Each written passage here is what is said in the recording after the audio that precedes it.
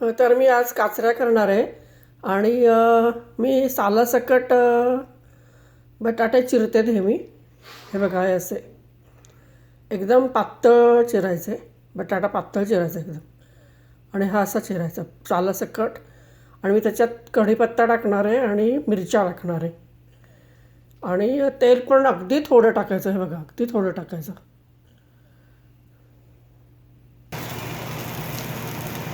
तर मी या फोडणीला काचऱ्या टाकले आहेत आणि कढीपत्ता आणि मिरच्या पण टाकल्या, आणि गॅस मोठा करायचा आणि व्यवस्थित असं परतायचं.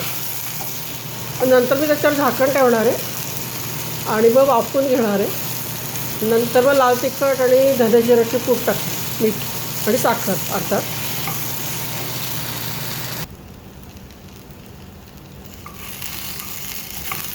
तर अशा ह्या काचऱ्या आहेत ना, एकदम व्यवस्थित परतायच्या. गॅस एकदम मोठा ठेवायचा, थोड्या करपल्या तरी चालतील, पण मस्त अशा हे. आणि मग त्याला तर तिखट आणि हे लागते, तिखट. आता यामध्ये मी लाल तिखट, धने जिरे पूड, मीठ आणि साखर असं टाकलं आहे. 1-2 वाफा दिली आहेत.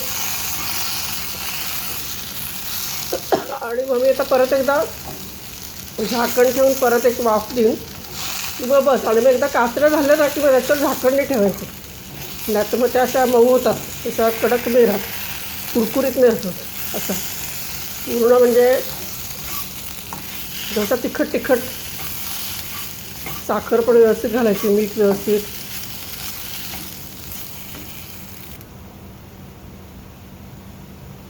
आता या काचऱ्या झालेल्या आहेत, व्यवस्थित छान झाले एकदम. आता ह्याच्यावर मात्र झाकण नाही ठेवायचं अजिबात, तर मग नाही चांगल्या लागत, त्याच्या लिबलिबीत होतात. 2-3 वाफेमध्ये ह्या व्यवस्थित शिजतात.